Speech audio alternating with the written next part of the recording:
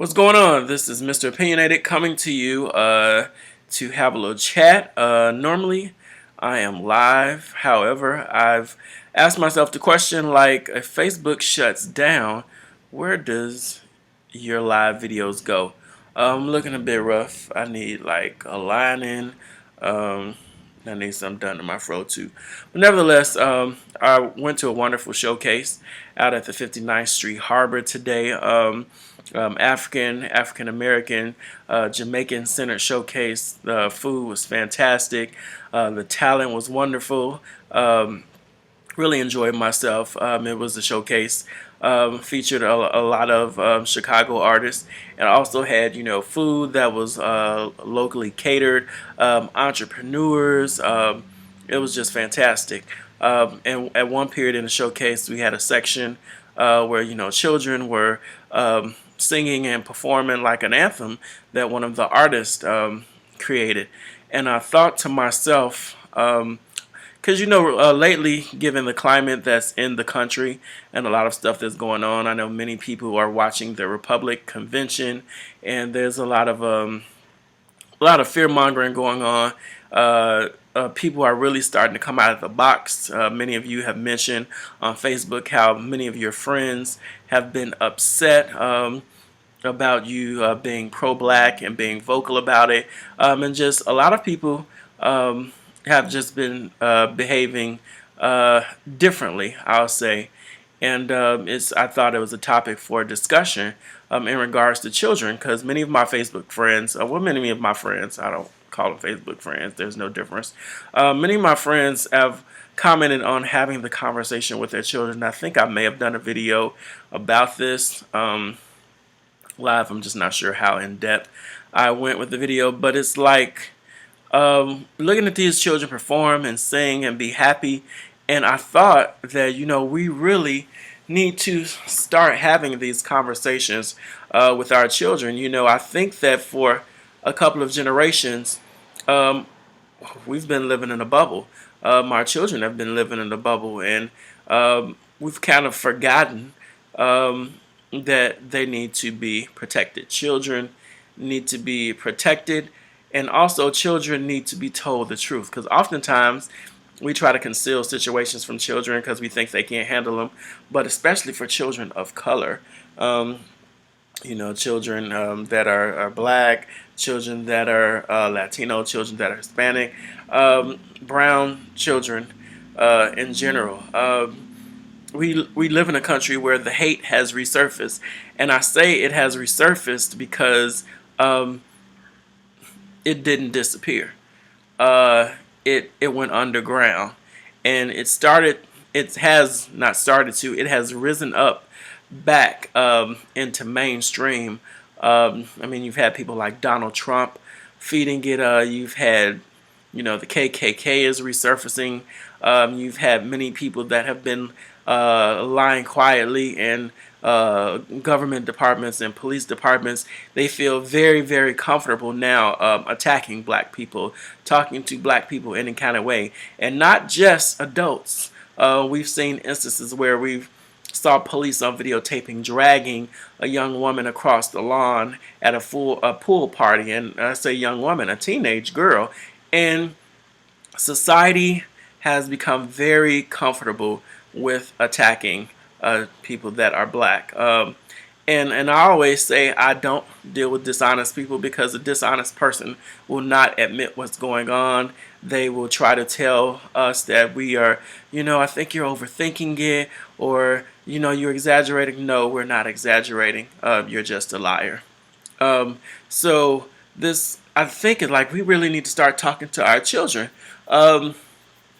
People hate us. They hate us. They hate black people.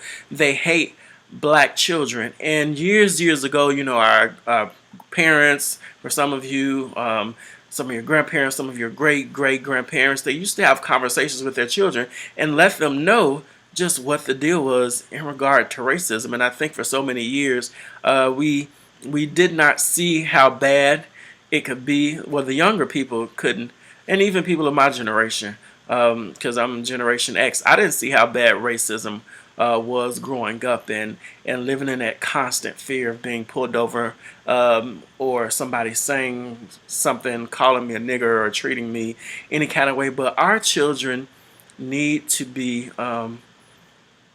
we need to have talks with them. They need to know that, you know what, there was once a time in this country where children were fed to alligators just because they were black. There was a time in this country that you couldn't look at a white girl. You couldn't whistle. I mean, Emmett Till's from Chicago. They need to know about these things, and they need to know that times are returning.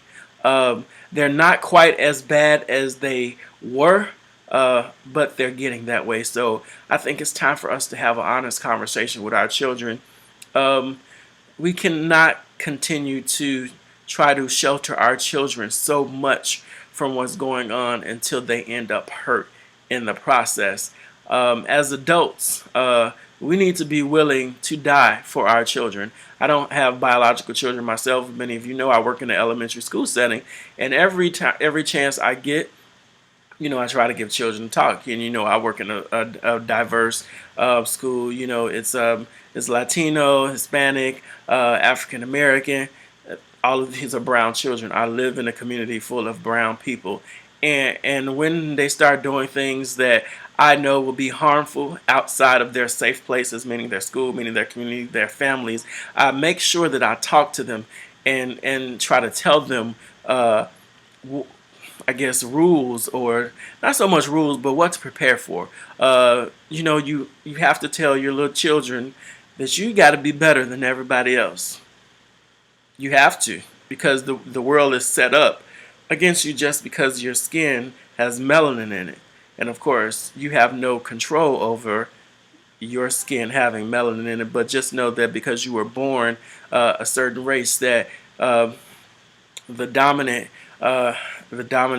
race will try to make you feel less. You'll have to work harder.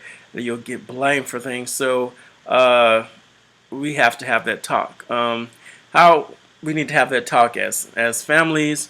We need to have that talk as communities, and for people that are in education, that wanted to be teachers. If you are teaching children that are brown, I believe personally, even if that's not your nationality, I believe that you owe it to them to tell them some truths about this world. And if you're going to be an honest educator, because I mean, some people just go into education for money. But I just really think that we need to look for occasions to talk to our children, to let them know what the deal is. You know, this generation is all about keeping it 100, so it's time to keep it 100 and tell them the real deal about race relations in America. You know, we keep trying to push this. There's a race war going on that brown people didn't start, and we just need to all be one, and that's nice. It's nice in theory.